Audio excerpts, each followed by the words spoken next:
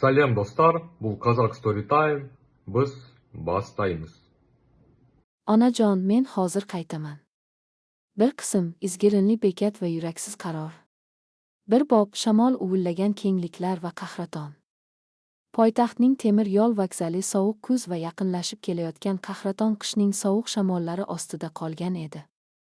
Keng, ochiq bekatda izgirin shamol odamlarning yuziga qamchidek urilar, osmonni qoplagan kulrang bulutlar qandaydir og'ir judolikdan darak berayotgandek xira va gamgin edi.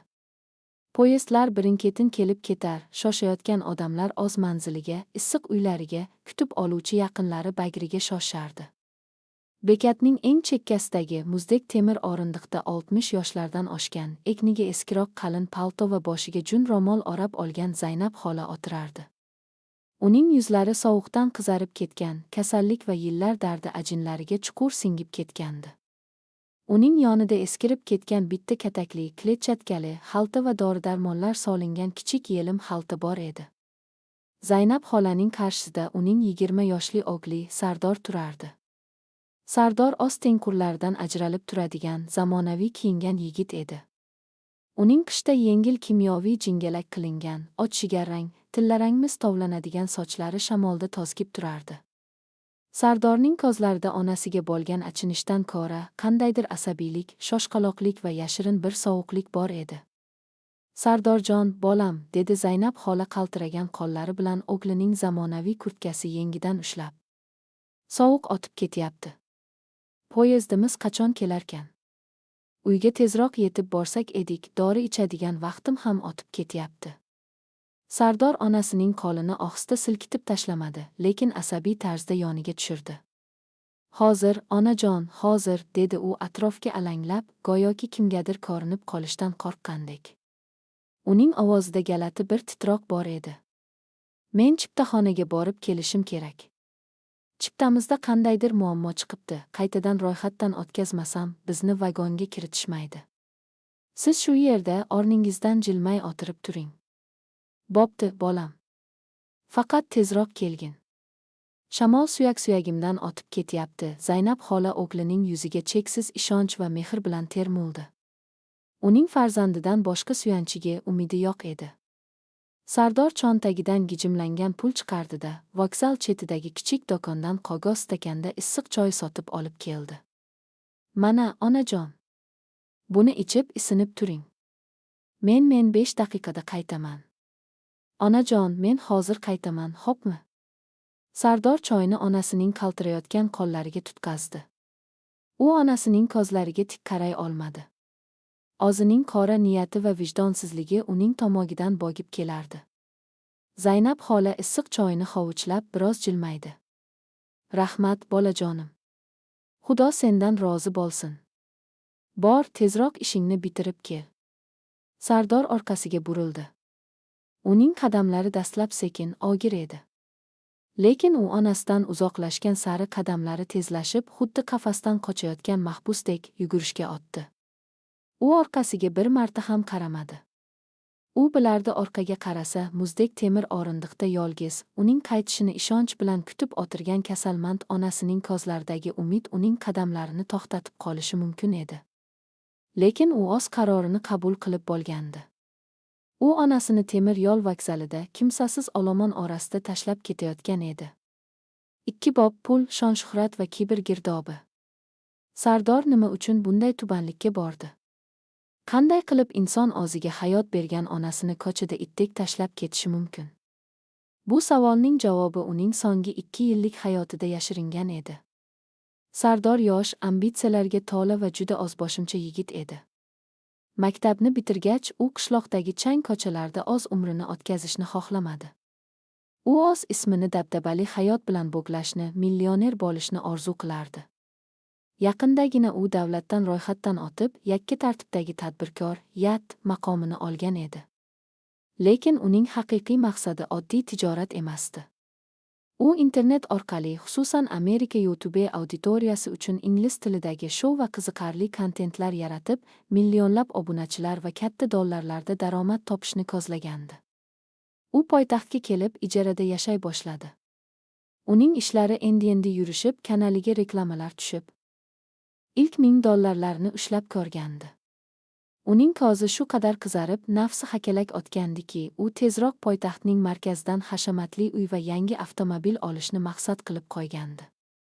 Buning uchun unga uyning boshlang'ich to'lovi, to'la 4 million naqd pul kerak edi. U bu pulni yegish uchun kecha-yu kunduz uxlamay, kamera qarshisida o'zini turli ko'ylarga solib videolar tayyorlardi. Biroq uning tezkor rejalari o'rtasida kutilmagan to'siq paydo bo'ldi. Qishloqda yolg'iz yashaydigan onasi, Zaynab xola og'ir kasalga chalindi. Buyrak yetishmovchiligi va qandli diabet asoratlari kampirni to'shakka mixlab qo'ydi. Qarindoshlar Sardorga qo'ng'iroq qilib, onasiga qarashi kerakligini, uni shaharga olib kelib davolatishi shartligini aytishdi. Sardor onasini poytaxtga olib keldi. Lekin bu uning uchun haqiqiy fojiaga aylandi. Zaynab xolaning dori-darmonlari, xususiy klinikalardagi qimmatbaho muolajalar va dializ apparati Sardor yigib qo'ygan pullarni kun sayin kemira boshladi.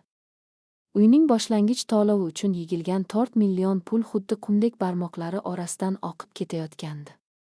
Undan tashqari, onasiga gamxo'rlik qilish, uning ovqatini pishirish, kasalxonalarga yugurish Sardorning butun vaqtini olib qo'ydi.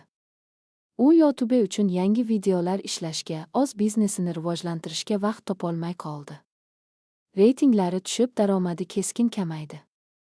Sardor kechalari onasining xirillab nafas olishini eshitib, asabiy tarzda sochini yulib yiglardi. Ammo u onasiga achinib emas, balki o'zining barbod bo'layotgan orzulariga achinib yiglardi. Men shuncha intildim. Men yat ochib, endi oyoqqa turib, mashina olyapman deganda hamma narsa pucha bo'lyapti-ku. Onam nega aynan hozir kasal bo'ldi? U meni orqaga tortyapti. Agar u bo'lmaganda men allaqachon boyib ketardim, degan shaytoniy fikr uning ongini kemira boshladi. Uning ongi butunlay zaharlandi. Sardor onasini o'z orzularining qotili sifatida ko'ra boshladi. Shifokorlar Zaynab xolaning kasalligi davo topmasligini, u doimiy tibbiy nazoratga muhtojligini aytishgach, Sardor mudhish reja tuzdi.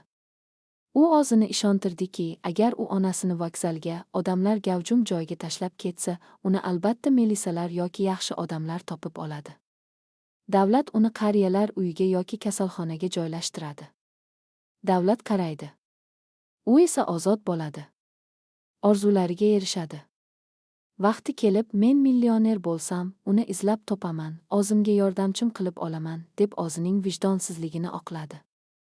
Va shu mudhish rejasini aynan mana shu izgirinli kuz kungi vokzalda amalga oshirdi. 3 bob, yolg'izlikdagi umid va sovuq choy. Sardor bekatdan chiqib shahar tomonga ketadigan avtobusga o'zini urdi. Avtobus derazasidan uzoqlashib borayotgan vokzal binosiga qarab, uning qo'llari biroz qaltiradi, ammo u zudlik bilan telefonini oldi, sim kartasini sugurib tashladi va yangisini qo'ydi. Hammasi tugadi. U ozod edi. Bekatda esa Zaynab xola stakandagi choydan sekin-sekin hoplab, o'g'lining qaytishini kutib o'tirardi. Yarim soat o'tdi. Choy butunlay sovib, muzdek suvga aylandi. Kampirning qo'llari va oyoqlari sovuqdan uvishib qotib qolgandi. Uning kasal buyraklari izgirindan battar sanchib og'riy boshladi. Odamlar bekatga kelib, o'z poyezdlariga o'tirib ketishardi. Hech kim bu burchakda yigilib, qaltirab o'tirgan qariyaga e'tibor bermasdi. Hamma o'zining tashvishi bilan band. 1 soat o'tdi. 2 soat o'tdi. Havo qorayib, osmondan mayda, ignadek sovuq yomg'ir uchqunlari yog'a boshladi. Sardorim, qayerda qolding, bolam? Pichirlardi Zaynab xola ko'zlaridan tirqirab yosh oqib. Ammo u yiglayotgan bo'lsa-da, o'g'lini tashlab ketganlikda gumon qilmasdi. Hech qachon ona o'z farzandidan bunday xiyonatni kutmaydi. Ishqilib biror falokatga yo'liqmagan bo'lsin-da. Yo'qolib qoldimikin? Yoki chiptaxonada navbat kattamikin? U darmonsizlanib qolgan bo'lsa-da, o'rnidan jilmasdi. Sardor shu yerdan jilmay o'tiring degani uchun u xuddi o'z postini tashlab ketolmaydigan askardek o'rindiqqa mixlanib qolgandi. Mabodo Sardor kelib uni topolmay qolishidan qattiq qo'rqardi. Kechki soat 9larga borib, vokzal deyarli huvillab qoldi.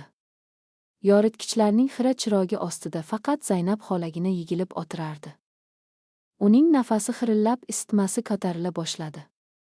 Uning oldidan bir vokzal qorovuli o'tib qoldi va uzoq vaqtdan beri bu yerda o'tirgan kampirni payqab yoniga keldi.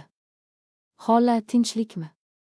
Oqshom tushdi, nega bu yerda sovuq qotib o'tiribsiz? Poyezdingiz qachon o'zi? Dedi qorovul rahmi kelib. Zaynab xola titrayotgan, quruqshab qolgan lablari bilan qorovulga qarab, yalinib gapirdi. Aylanay, bolam.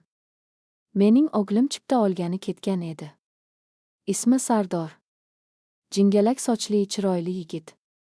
U ancha oldin ketgandi, hali qaytmadi. Biron falokat bo'lmadimikin? Borib ko'rib, qidirib bera olmaysizmi? Meni kutyapti deb ayting, iltimos. Qorovul hayron bo'ldi. U chiptaxona tomonga borib, u yerni tekshirib keldi. U yerdagi navbatchilar hech qanday yigit yo'qligini, chiptaxona 1 soat oldin yopilganini aytishdi. Qorovul qaytib kelib, gamgin ohangda dedi. Xolajon, chiptaxonada hech kim yo'q. U yopilgan. O'g'lingizning raqami bormi? Telefon qilib ko'raylik. Zaynab xola qaltirab, yodidan o'g'lining raqamini aytdi. Qorovul raqamni terdi. Siz chaqirayotgan abonent apparati o'chirilgan yoki xizmat doirasidan tashqarida. Bu ovozni eshitib, qorovulning yuzi o'zgardi. U ko'p yillik faoliyati davomida bunday voqealarni kam ko'rmagan edi. Farzandlari tomonidan tashlab ketilgan qariyalar vokzallarning eng og'riqli qismati edi. Xola, dedi qorovul og'ir yutinib, kampirning ko'zlariga qarolmay. Menimcha o'g'lingiz ketib qolgan. U kelmaydi. Sizni vokzalning ichiga, isinish xonasiga olib kirishim kerak. Keyin politsiya va tez yordam chaqiramiz. Zaynab xolaning yuragiga xuddi 100 ta xanjar sanchilgandek bo'ldi. Yo'q. Nimalar deyapsiz? Mening bolam unday qilmaydi. O'z onajon, men hozir qaytaman, dedi-ku. Mening bolam meni sovuqda olishga tashlab ketmaydi. Ochirildi degani u ketdi degani emas-ku. Telefoningiz buzuqdir. Teginmang menga, men o'g'limni kutaman. Deb qichqirdi u butun kuchi bilan sumkalarini quchoqlab. Uning yigisi butun tungi vokzalni tutib ketdi. Ona o'z farzandining xiyonatini tan olishdan ko'ra olimni afzal ko'rardi. Lekin vaqt va muzdek havo o'z hukmini o'tkazdi. Zaynab xolaning darmoni qurib, sovuq va qon bosimi tushib ketishi oqibatida o'rindiq ustiga hushidan ketib yiqildi. Qorovullar zudlik bilan tez yordam chaqirishdi va onani olib ketishdi. O'sha tunda bitta ona o'zining hayotiy umidlaridan, o'g'lidan, yuragidan abadiy ayrilgan edi. To'rt bob, oltin qafas va vijdon azobi.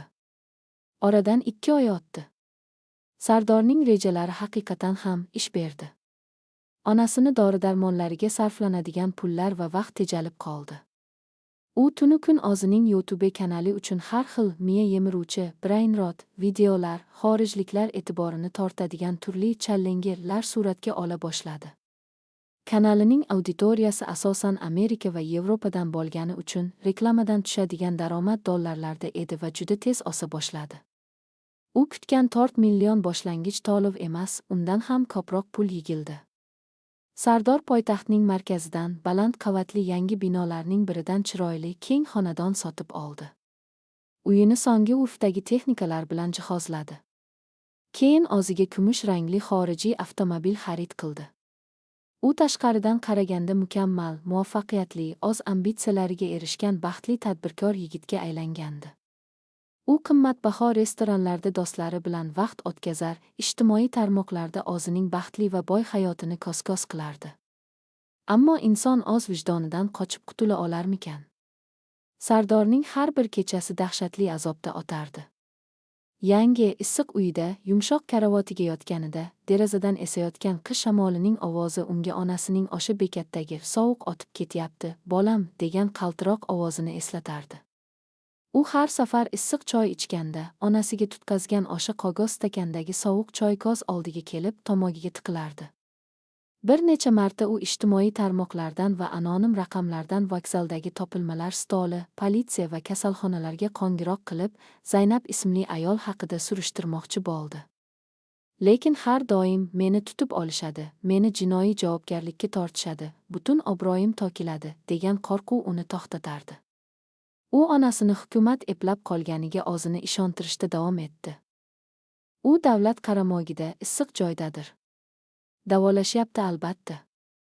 Men shunday qilib hammasimiz uchun yaxshilik qildim, deb pichirlardi u qorong'u xonasida o'tirib, lekin bu so'zlar hatto uning o'ziga ham ishonarli eshitilmas edi.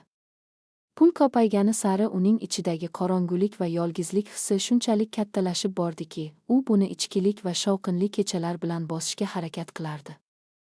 Ammo qon yiglayotgan qalb hech qachon xotirjam bo'lolmaydi. Sardor onasini tashlab ketgan o'sha sovuq o'rindiq uning umrining eng qora va tubsiz chohiga aylanganini yillar o'tibgina juda og'riqli tarzda anglab yetishi kerak edi. Onajon, men hozir qaytaman. 2 qism: boylikning kuli va bozordagi arvoh. 5 bob: 5 yillik sarob qulagan orzular qasri. Oradan roppa-rosa 5 yil o'tdi. Vaqt insonning xatolarini yuvib ketadigan daryo emas, balki u xatolarning xunini undiradigan shafqatsiz jallod ekanligini Sardor o'z terisida his qildi.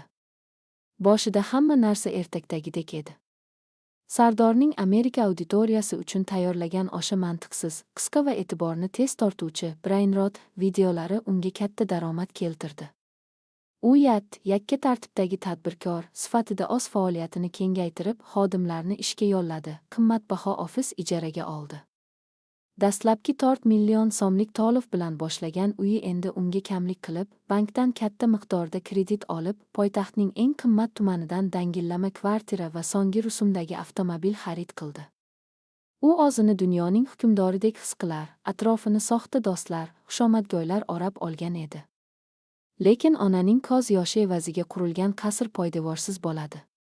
3-yilga o'tib, internet platformalarining algoritmlari keskin o'zgardi. Amerikalik tomoshabinlar avvalgi qiziqishini yo'qotdi. Sun'iy intellekt va yangi qoidalar Sardorning past sifatli va mazmunsiz kontentini cheklab qo'ydi.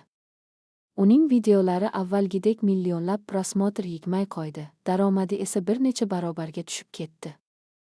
Daromadning keskin tushishi qarzlar botqog'ining ochilishiga olib keldi. Oylik kredit to'lovlari, yat bo'yicha to'planib qolgan ulkan soliq qarzdorliklari va dabdabali hayot tarzini saqlab qolishga bo'lgan urinishlar Sardorni bo'g'ib qo'ydi. U vaziyatni o'nglash uchun qimorga aralashdi, shubhali investorlardan qarz oldi, lekin har bir qadami uni jarga qarab tortib ketardi. 5-yilning boshida sud qarori bilan bank uning kvartirasini va mashinasini musodara qildi. Ofis yopildi. Sardorning atrofida parvona bo'lib yurgan do'stlari uni bloklab, g'oyib bo'lishdi. U bir kechaning o'zidayoq hashamatli osmondan qattiq, sovuq asfaltga qulab tushdi. Uning qo'lida na puli, na uyi, na ochiq yuz bilan boradigan qishlog'i qolgandi. U tamom bo'lgan edi. 6 bob: qashshoqlik qamchisi va tundagi faryod. Sardor shahar chetidagi zax, qorong'u va isitish tizimi yaxshi ishlamaydigan eski yerto'lani, podvalni ijaraga olib yashashga majbur bo'ldi. Qishning ayozli kunlari boshlangan, uning egnida esa o'sha yaltiroq brend kiyimlar o'rnini arzon, yubka kurtka egallagan edi. Yashash va quruq non topish uchun u o'zining kibrini yig'ishtirib, shahardagi eng yirik ulgurji bozorlardan birida yuk tashuvchi, mardikor bo'lib ishlay boshladi. Kun bo'yi 50 kilolik kartoshka va piyoz qoplarini yelkasida tashib, tizzalari qaltirar, oqqo'ngil onasi parvarish qilgan oppoq, yumshoq qo'llari yorilib, qadoq bo'lib ketgandi. Lekin jismoniy charchoq uning ruhiy azoblari oldida hech narsa emasdi. Yerto'laning muzdek polda, qalin korpaga o'ranib yotganida, sovuq havo uning suyak-suyagidan o'tib ketardi. Ana shunda uning ongiga dahshatli bir haqiqat xuddi chaqmoqdek urilardi. 5 yil oldin, xuddi shunday qahraton kechada, u o'z onasini ochiq vokzalda, sovuq shamol ostida qoldirib ketgan edi. Bolam sovuq o'tib ketyapti, degan o'sha qaltiroq, ma'yus ovoz har kecha uning qulog'i ostida aks-sado berardi. Sardor tunda yostiqni tishlab, o'kirib yiglardi. U Xudosidan kechirim so'rar, agar hayotini ortga qaytarishning iloji bo'lganda, barcha pullaridan kechib, onasining isib ketgan oyoqlarini quchoqlab yotishga ham tayyorligini pichirlardi. Ammo kech edi. 5 yil ichida u izlamagan vokzal, so'ramagan politsiya bo'limi qolmadi. Zaynab xoladan hech qanday iz topilmagandi. Sardor oz ichida onasini sovuqdan olgan yoki qandaydir kimsasizlar qabristoniga ko'milgan deb o'ylab, bu qotillik yuki bilan yashashga o'zini mahkum qilgandi. 7 bob qishloq xo'jaligi bozori hayotning eng qorong'u chorrahasi. Dekabr oyining so'nggi kunlari. Havo shunchalik sovuq ediki, odamning nafasi havoda muzlab qolayotgandek tuyulardi. Bozor odamlar bilan gavjum. Sotuvchilarning baqiriqlari, xaridorlarning savdolashishi, aravalarning taraqlagan ovozi bir-biriga aralashib ketgandi. Sardor eski aravasiga o'nta og'ir sabzi qopini ortib, qalin olomon orasidan amallab itarib borardi. Uning yuzi sovuqdan qoraygan, ter va chang aralashib peshonasidan oqardi. U qoplarni uzoqdagi yuk mashinasiga yetkazib berish kerak edi. Bozorning eng oxirida sabzavotlar tokib sotiladigan maydonchaning orqa qismida axlat konteynerlari va sotuvchilar tomonidan yaroqsiz deb tashlab yuborilgan chirigan meva-sabzavotlar uyumi bor edi. Odatda bu yerda uysizlar, daydilar va hayotning eng pastki pogonasiga tushib qolgan nochor insonlar kuya tushgan kartoshka yoki ezilgan karam barglarini terib yurishardi. Sardor o'z aravasini o'sha yerdan olib o'tayotib, tasodifan o'sha axlatxonalar tomon ko'z yugurtirdi. Uning nigohi galati bir manzaraga tushib, qadami sekinlashdi. Konteyner yonida muzdek qor aralash loy ustida tiz cho'kib o'tirgan bir bukkari ayol sharpasi ko'rindi. Ayolning egnida rangi ochib, kirdan qorayib ketgan eski erkaklar paltosi, boshida esa uchlari yirtilgan, juldur qora ro'mol bor edi. U muzlab qolgan, qaltirayotgan barmoqlari bilan yerda yotgan, yarmisi chirigan bitta olmani artib, yonidagi eskirib, iplari chiqib ketgan kletchatkali xaltaga solmoqchi bo'layotgan edi. Sardorning yuragi bir urishdan to'xtab qolgandek bo'ldi. Kletchatkali xalta. Bozorda yuzlab bunday xaltalar bor. Lekin aynan shu xaltaning tutqichi qizil izolyatsion lenta bilan o'rab qo'yilgan edi. Sardorning nafas olishi qiyinlashdi. 5 yil oldin qishloqdan kelishganda onasining xaltasi yirtilib qolganda, u o'z qo'llari bilan o'sha qizil lentani o'rab bergan edi. Sardor aravaning dastasini qo'yib yubordi. Og'ir arava orqaga tisarilib, qandaydir qutilarga urilib to'xtadi, lekin Sardor bunga parvo qilmadi. U xuddi sehrlangandek oyoqlari o'ziga bo'ysunmay, axlatxona tomon yaqinlasha boshladi. 8 bob muzlagan nigohlar to'qnashuvi, dahshatli haqiqat. Olomonning shovqini, bozorning taraq-turuqlari Sardorning qulog'ida ochib ketdi. Uning atrofidagi dunyo asta-sekin torayib, faqatgina o'sha loy ustida o'tirgan kampirning garib siymosiga qaratildi. U 3 qadam, 2 qadam qolganda to'xtadi. Uning butun vujudi qishning sovuqidan emas, balki qandaydir dahshatli va azobli tuyg'udan qaltiray boshladi. Ayol yerda yotgan yana bir yarimta piyozni oldi. Uning qo'llaridagi qon tomirlari bortib chiqqan, barmoqlari sovuqdan yorilib, qorayib ketgandi.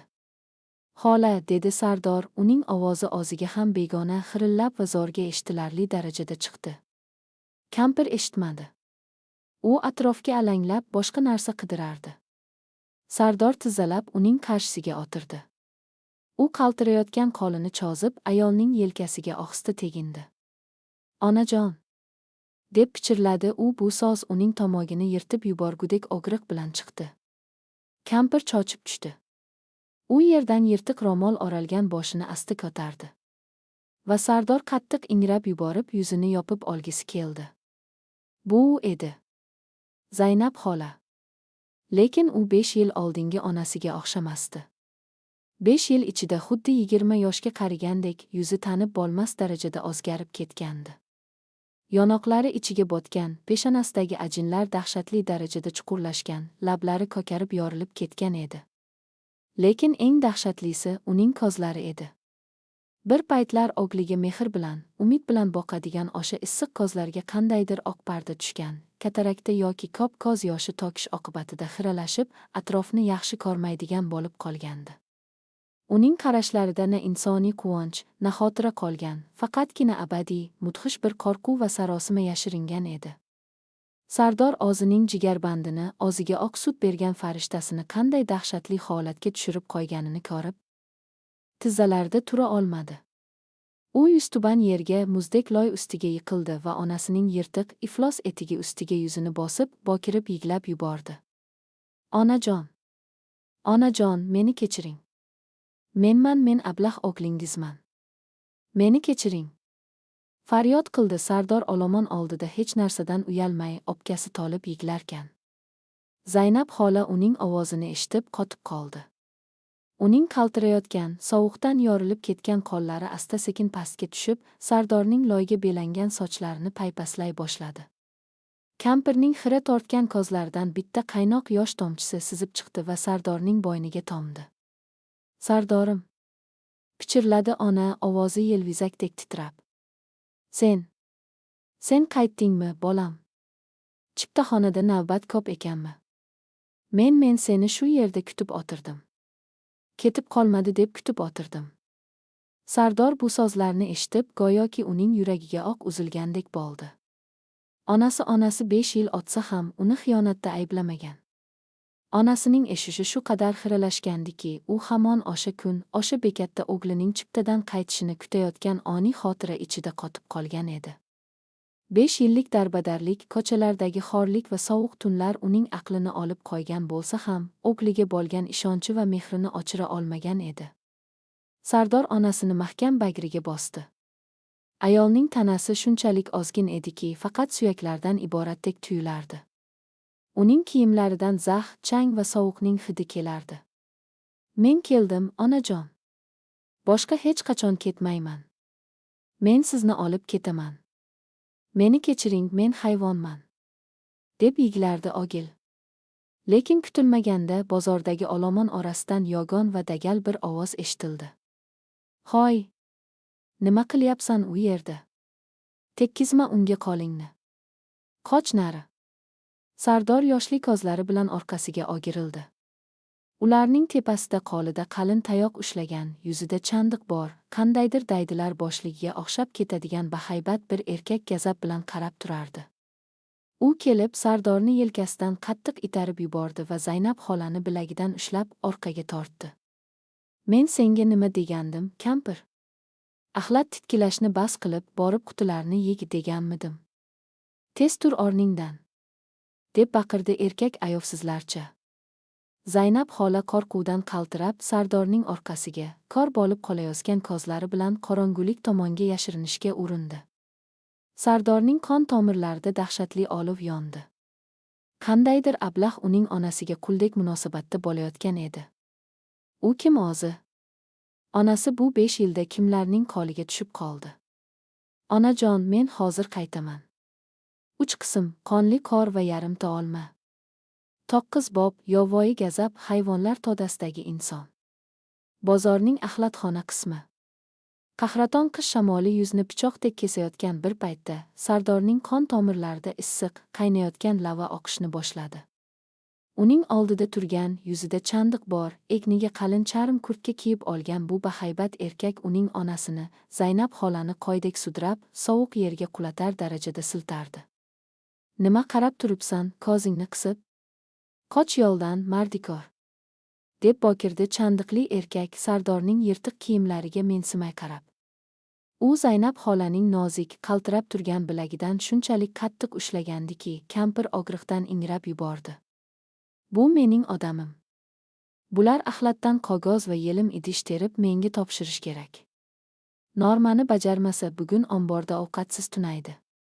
Bu so'zlar Sardorning ongida yadroviy portlashdek ta'sir qildi. Mening odamim omborda ovqatsiz tunaydi. Bu odamlar uysiz qariyalarni, aqli zaiflashgan insonlarni yigib, ularni qul qilib ishlatuvchi, tunda sovuq omborxonalarga qamab, kunduzi ko'chalarda tilanchilik va axlat titishga majbur qiluvchi bozor mafiyasi edi. Va uning mehribon, farishtadek onasi naq 5 yil shu vahshiylarning qo'lida itdek xor bo'lgan. Sardorning ko'zlaridagi yoshlar o'rnini qizil qon egalladi. Uning miyasidagi barcha insoniy cheklovlar, qo'rquv va mulohazakorlik ochib ketdi. U shunchaki ogil emas, bolasini himoya qilayotgan quturgan boriga aylandi. Qo'lingni tort undan, dedi Sardor, ovozi yer ostidan, g'or tubidan chiqayotgandek xirillab va dahshatli sovuq ohangda. U asta-sekin tizzalaridan qaddini rostlab o'rnidan turdi. Chandiqli erkak xaxolab kulib yubordi. U o'zining kuchiga va orqasida turgan jinoiy to'dasiga ishonardi. Nima deding, chivin? Sen nima, bu jinni kampirning himoyachisisan? Hozir jagingni sindiramanu og'zingni ham arava tortish o'rniga axlat tichishga majbur qilaman. U shunday deb bosh qoli bilan Sardorning yuziga musht tushirmoqchi bo'ldi. Lekin Sardor 5 yil oldingi notebook tugmasini bosib o'tiradigan nimjon bloger emasdi. U bozorning shafqatsiz hayotida 50 kilolik qoplarni ko'tarib, mushaklari toshdek qotgan, hayotning eng achchiq zarbalarini yegan erkak edi. Eng asosiysi, uning ichida yillar davomida yigilgan vijdon azobi o'zining portlash nuqtasini qidirayotgan edi. Sardor zarbani kutib turmadi. U chaqqonlik bilan egilib, chandiqli erkakning mushtidan chap berdi va bor gavdasi bilan, butun g'azabi, pushaymonligi va dahshati bilan qorishgan o'ng mushtini dushmanning qorniga, nafas yo'liga qarab shunday qattiq urdiki, zarba ovozi havo yorilishi kabi eshitildi. Erkak nafasi tiqilib, ko'zlari kosasidan chiqqudek bo'lib orqaga tisarildi. Uning qoli Zaynab xolaning bilagidan bo'shashib ketdi. Ammo ko'chada osgan vahshiy taslim bo'lmasdi. Chandiqli erkak cho'ntagidan qora sopli uzun pichogini sugurib oldi. Seni oldiraman, iflos. Sening qoningni shu axlatxonaga oqizaman. Deb qichqirdi u va pichoq bilan Sardorga tashlandi. Sardor orqaga tisarilishga ulgurmadi. Pichoqning uchi uning yubka kurtkasini yirtib chap bilagiga sanchildi. Qon ko'ylagini hol qilib oqib tushdi.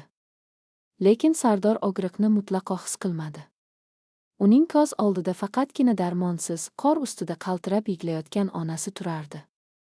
Sardor og'ziga sanchilgan pichoqli qonni ochiq kafti bilan ushlab qoldi. Uning barmoqlari pichoqning tigini qisib qonasada qo'yib yubormadi. U dushmanning yuziga shunday vahshiyona tikildiki, chandiqli erkakning ko'zlarida ilk bor qo'rquv paydo bo'ldi. Sardor ikkinchi qo'li bilan yonida turgan chirigan yog'och qutini dast ko'tarib, erkakning boshiga bor kuchi bilan tushirdi. Quti chilparchin bo'ldi. Erkak miyasi aylanib, qor va qon aralash axlatlar ustiga gumburlab yiqildi. Hushidan ketdi. Onbob, qorli tun va qaltiroq yelkalar. Onajon! Sardor qonga belangan qo'llariga e'tibor bermay, tezda Zaynab xolaning yoniga tushdi. U poldan onasini dast ko'tarib oldi. Kampir yengil, xuddi yosh boladek yoki quruq shoxdek yengil bo'lib qolgan edi. 5 yillik dahshatli oziq-ovqatsizlik va kasallik uning vujudini emirib bitirgandi. Bozorning narigi chekkasidan chandiqli erkakning 3-4 sheriklari baqirib yugurib kela boshlashdi. Ularning qo'llarida temir quvurlar va tayoqlar bor edi. O'sha anavini qochib ketmasin degan baqiriqlar qish havosini yorib yubordi. Sardor onasini mahkam bagriga bosdi. Ayolning iflos, loy bo'lgan eski paltosi Sardorning yuziga tegar, kampirning xirillagan nafasi uning qulog'i ostida eshitilardi. Sardor bozorning tor, labirintga o'xshash aylanma yo'llaridan, odamlar gavjum bo'lgan tomonga qarab qochishga tushdi. U yuk tashuvchi sifatida bozorning har bir teshigini bilar edi. Tor yo'laklardan, eski omborlar orqasidan yugurib, orqadagi quvuvchilarni chalgitishga muvaffaq bo'ldi. U bozor tashqarisidagi asosiy ko'chaga chiqdi. Qor bo'roni boshlangan edi. Havo harorati -10 darajaga tushgan. Sardor o'zining ustidagi qonli kurtkasini yechib, onasining yubka paltosi ustidan o'rab qo'ydi. O'zi esa faqatgina terga botgan va endi sovuqdan muzlayotgan futbolkada qoldi. U poytaxtning chekka qismidagi o'zi ijarada yashaydigan nam va qorong'u yerto'la, podval tomon tinimsiz yugurardi. Zaynab xola uning quloqiga pichirlab borardi. Bolam, sen charchadingmi? Nimaga buncha yuguryapmiz? Poyezdimiz ketib qoldimi? Men senga aytgandim-ku tezroq kelgin deb. Endi qanday ketamiz uyga? Bu so'zlar xuddi olovli temirdek Sardorning yuragini kuydirardi. Onasining xotirasi o'sha la'nati vokzalda, o'sha sovuq kunda qotib qolgan edi. Uning aqli, ruhiyati o'sha kundan keyingi barcha azoblarni, qullikni, xorlikni inkor qilgan. Bu uning miyasining dahshatli reallikdan o'zini himoya qilish usuli edi. Biz poyezdga ulgurdik, onajon. Ulgurdik deb yiglardi Sardor hansirab, ko'z yoshlari shamolda muzlab yuziga urilarkan. Biz hozir o'zimizning issiq vagonimizga boramiz. U yerda men sizning oyoqlaringizni isitib qo'yaman. Meni kechiring. 11 bob yerto'ladagi faryod yarimta olma. Ular Sardorning ijaradagi yerto'lasiga yetib kelishdi. Xona tor, zax hidi anqib turar, burchakda faqatgina bitta eski karavot, kichkina elektr isitgich va choynak bor edi. Lekin hozir bu joy Sardor uchun dunyodagi eng qimmatli qasrga aylangandi, chunki u yerda onasi bor edi. Sardor onasini ehtiyotkorlik bilan eski karavotga yotqizdi. U darhol elektr isitgichni yoqib, kampirning oldiga qo'ydi. Choynakka suv qo'ydi. Zaynab xola doimiy qo'rquv va sarosima ichida atrofga alanglardi. Uning xira, oq parda qoplagan ko'zlari xonani zo'rga ko'rardi. Sardor, bu qanday vagon o'zi? Nimaga qorong'u? U sovuqdan titrar, lablari qorayib ketgandi. Sardor qaltirayotgan qo'llari bilan onasining oyog'idagi yirtiq, loy bo'lib qotib qolgan etiklarini yecha boshladi. Uning oyoqlari muzdek toshga aylanib, shishib ketgan va ba'zi joylarda sovuq urush oqibatida qora yaralar paydo bo'lgandi. Ogil onasining muzlagan, kirdan qoraygan oyoqlarini o'zining ko'kragiga, yuziga bosib, ularni o'zining nafasi, ko'z yoshlari bilan isitishga urindi. Issiqroq vagon topolmadim, onajon. Lekin hozir isiydi, hozir choy beraman, deb pichirlardi Sardor obkasi tolib, o'kirishdan o'zini zo'rga tiyib. Shu payt eng dahshatli va inson qalbini parcha-parcha qilib yuboradigan voqea yuz berdi. Zaynab xola biroz isingach, o'zining gijimlangan, iflos paltosining cho'ntagini titkilay boshladi. Uning titrayotgan, qadoq va kuyik izlari bilan tola barmoqlari cho'ntagidan qandaydir narsani chiqardi.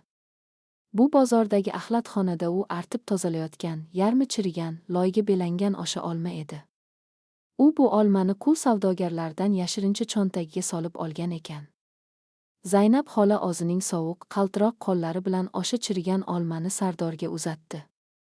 Uning xira ko'zlarida cheksiz ona mehri va biroz xavotir porlardi. "Ol, bolam", dedi Zaynab xola xirillagan ovozda. "Sen chiptaxonada navbatda uzoq turib ketding. Qorning ochqab ketgandir, issiq kiyiming ham yo'q edi egningda. Sen qiynalding men uchun. Men vokzalda bu olmani topib oldim. Men qornim toq, sen ye bolam, sen yoshsan, senga kuch kerak." Sardorning quloqlari ostida go'yoki bomba portladi. Zamin uning oyoqlari ostidan tortib olingandek bo'ldi. Nafas olishdan to'xtadi. Onasi uni vokzalda olimga tashlab ketgan, 5 yil mobaynida issiq uylarda yashab, uni biror marta ham qidirmagan, uning qullikka tushishiga sababchi bo'lgan ablah o'qliga o'zi axlatdan topgan eng so'nggi, yagona ozuqasini, chirigan yarimta olmani bermoqda edi. Va u hali ham o'g'lining chipta uchun navbatda turib och qolganidan xavotirda edi. Bunday ilohiy kechirim, bunday aqlbovar qilmas farishtalardek mehr oldida Sardor o'zini shu qadar jirkanch, shu qadar tuban tuydiki, u chiday olmadi. U yuztuban polga quladi. Uning tomogidan insoniy yigi emas, balki qafasga tushgan, yarador hayvonning dahshatli, azobli faryodi otilib chiqdi. "A!" Sardor boshini sovuq beton polga urib, yerni mushtlab bokirib yiglardi. "Meni oldiring, onajon. Iltimos, meni qargang. Men vijdonsizman. Men sizni tashlab ketgandim. Men shunday pastkashmanki, o'z nafsim deb sizni axlatga irgitgandim. Meni kechirmang. Meni Xudo kechirmasin. Men bu olmani yeyishga noloyiq itman." U o'kirib, polni mushtlar, qonagan bilagidan qon oqib yerni qizilga bo'yardi. Zaynab xola esa uning bu so'zlarini tushunmas, faqat o'g'lining yiglayotganidan xavotirga tushib, uning qonli yuzini silashga urinardi. "Yiglama, bolam. Nima bo'ldi senga? Chiptaga puling yetmadimi? Hech qisi yo'q, bormaymiz uyga, mayli. Men sen bilan shu yerda qolaman. Faqat yiglama, sening ko'z yoshingni ko'rsam mening yuragim o'griydi", deya pichirlardi qari ona.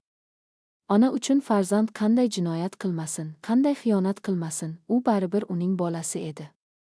Sardor yoshga to'lgan ko'zlari bilan onasining yuziga qaradi.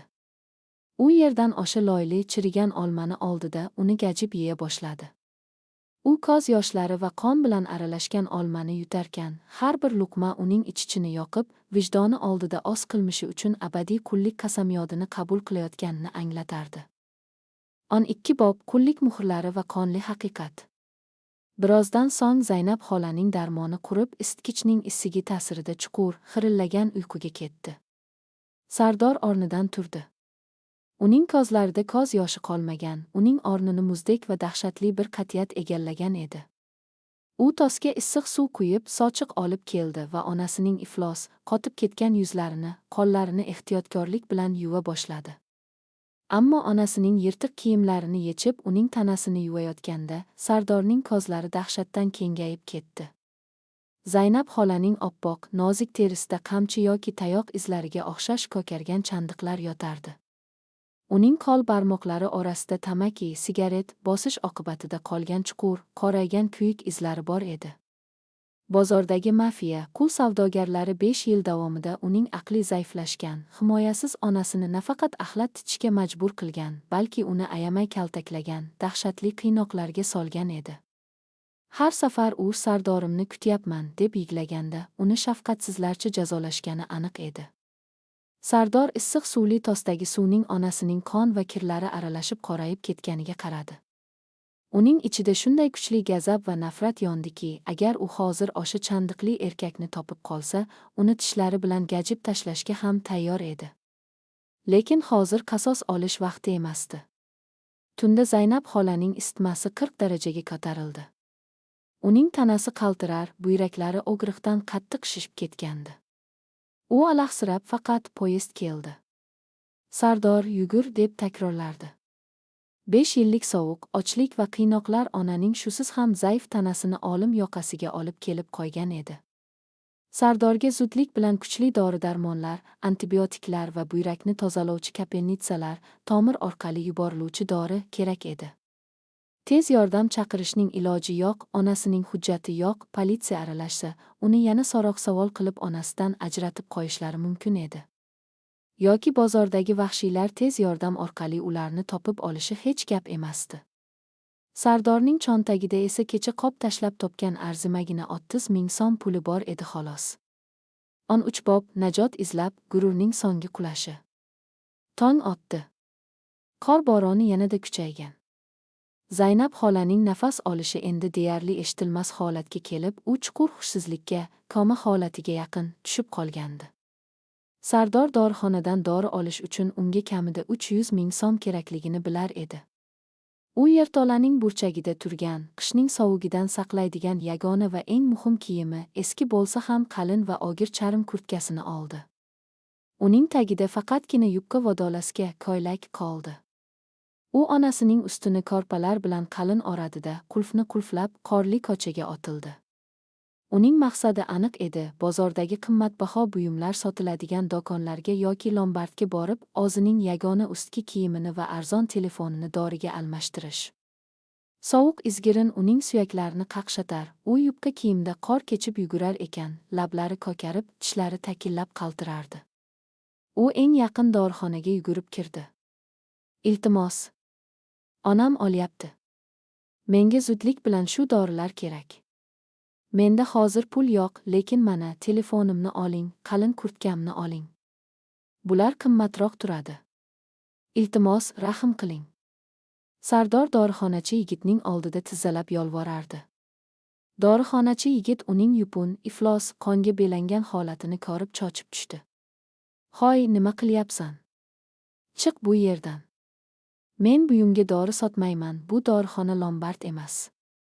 Hozir milisa chaqiraman. Yo'qol bu yerdan. Sardorni qoriqchi sudrab ko'chaga uloqtirdi. U qor ustiga yiqildi. U o'zining 5 yil oldingi kibrli holatini esladi. O'shanda u $1000 kiyimlarda restoranda o'tirar, oshpazni arzimas xatosi uchun haqorat qilib, yig'latardi. Hozir esa u o'z onasining hayoti uchun bir pachka dori so'rab, odamlarning poyiga tiz cho'kib, itdek tepki yeb yotardi. Bu ilohiy adolat edi. Bu bumerang edi. Sardor o'zining o'z qo'llari bilan yaratgan do'zaxning eng tubiga yetib kelgan edi. Ammo u taslim bo'lolmasdi. U onasi uchun hatto o'g'rilik qilishga yoki o'z buyragini sotishga ham tayyor edi. U qor ustidan amallab qaddini rostladi va qattiq shamolga qarshi shahar markazidagi sobiq bir paytlar unga qarz bergan boy tanishlari yashaydigan hudud tomon yuzini burdi. Ular Sardorni qanday xorlashmasin, u onasining joni uchun ularning oyog'ini opishga ketyapti edi. Ammo u bilmasdiki, Sardor izlayotgan najot u tomonda emas, balki qorong'u yerto'lada yotgan Zaynab xolaning aynan shu daqiqalarda hayot va o'lim chegarasida turgan mo'jizali tushida yashiringan edi. Onajon, men hozir qaytaman. Tort qism, tiz chokkan kibr va qahraton qasosi. On tort bob, qorli qasrlar ostonasida, muzlagan iroda. Dekabrning shafqatsiz boroni butun poytaxtni oq va sovuq domiga tortgan edi. Sardor yupqa vodolaskada, ko'ylakda, tizzasi yirtilgan jinsida qor kechib, shahar markazidagi elita uylar tomon yugurib borardi. Shamol uning ochiq yuziga, qizarib ketgan bo'yniga ignadek sanchilar, har bir nafas olganda o'pkasi muzlab qolayotgandek sanchib o'girirdi. Uning oyoqlari yupqa krossovkada allaqachon muzlab, sezish qobiliyatini yo'qotgandi. U faqatgina ruhiy instinkt, onasini qutqarish instinkti bilan oldinga intilardi. 5 yil oldin, aynan shunday qahraton qishda u onasini vokzalning muzdek temir o'rindigida yolg'iz tashlab ketgan edi. Hozir esa koinot o'zining ilohiy bumerangini uning ustiga qulatmoqda edi. O'shanda onasi qaltirab uni kutgan bo'lsa, endi Sardor onasi uchun xuddi shunday dahshatli sovuqda joni uzilay deb chopardi. U baland, temir panjaralar bilan o'ralgan yangi qavatli binolar majmuasiga yetib keldi. Bu yerda bir paytlar uning o'zi ham yashagan. Bu yerda uning eng yaqin do'sti, uning yordamida ancha pul ishlagan va bir paytlar tunu kun restoranlarda Sardorning hisobidan yeb-ichgan boyvachcha Rustam yashardi. Sardor qoriqcha o'tirgan shishali budka oldiga kelib, muzlagan barmoqlari bilan oynani taqillatdi. Iltimos, menga tort qavatdagi Rustam kerak. Unga Sardor keldi deb ayting. Juda zarur hayot-mamot masalasi, dedi Sardor tishlari takillab. Qoriqchi uning yupun, uysiz daydilarga o'xshab qolgan ko'rinishiga qarab yuzini burishtirdi, lekin interkomdan Rustamga bog'landi. Kutilmaganda Rustam Sardorni kiritishga ruxsat berdi. Sardorning ichida kichik bir umid uchquni yondi, balki u insoniylik qilar. Axir men unga qancha yordam bergandim. 15 bob, sobiq do'stlarning sovuq yuzlari, kibrning yakuni. Sardor 4-qavatga ko'tarilib, qimmatbaho charm eshik qo'ng'irog'ini bosdi. Eshik ochildi. Ichkaridan issiq qahva va qimmatbaho atir hidi urildi. Ostonada ustiga qimmat xalat kiyib olgan, yuzida istehzo va kibr aralashgan Rustam turardi. Orqa fonda, katta zaldagi kamin yonida yana 2-3 yigitlar, sobiq ulfatlar, qimmatbaho ichimliklar ichib, kulishib o'tirishardi. Iye, qaranglar, kim keldi? Bizning qulagan yulduzimiz Sardor-ku. Xaxolab kuldi Rustambek eshikka tiranib. Nima bo'ldi, bloger? Kiyimlaring modadami yo bozorda mardikorlik qilib aslingga qaytdingmi? Zaldagi yigitlar qahqaha otib kulishdi. Sardorning yuzi qizarib ketdi. Bir paytlar u gururi uchun bu odamlarning yuziga tupurgan bo'lardi. Lekin hozir emas. Hozir uning ortida olim yoqasida yotgan onasi bor edi. Sardor ostonadan ichkariga bir qadam qo'ydida, muzlagan qo'llarini ko'ksiga qo'yib, yalinishni boshladi. Rustam yigitlar. Men sizlarning oldingizda hech kimman, to'g'ri. Ustimdan xohlagancha kulinglar. Lekin iltimos onam olyapti. U zax yerto'lada isitmasi 40 dan oshib yotibdi. Menga dorixona uchun atigi 500 ming so'm kerak. Menda hozir hech vaqo yo'q. Faqat shu pullarni beringlar, qasam ichaman, qul bo'lib bo'lsa ham ishlab qaytaraman. Iltimos, rahm qilinglar. Rustamning yuzidagi kulgi yo'qolmadi. U sekin cho'ntagidan qalin hamyonini chiqardi. Ichidan bitta $100 kupyurani oldida, uni Sardorning ko'z oldida aylantirdi. 500 ming deysanmi? Mana senga milliondan oshiq pul. Lekin Rustam $100likni birdaniga yerdagi plitka ustiga, o'zining qimmatbaho tuflisi tagiga tashladi va ustiga oyog'ini qo'ydi. Esingdami, Sardor? 3 yil oldin tugilgan kunimda meni hamma do'stlarim oldida sen mening soyamda yashayapsan, qashshoq deb haqorat qilganding. Men buni unutmadim. Agar onangga pul kerak bo'lsa, tiz chok, mening tuflimni op va shu pulni tishlaring bilan yerdan ol.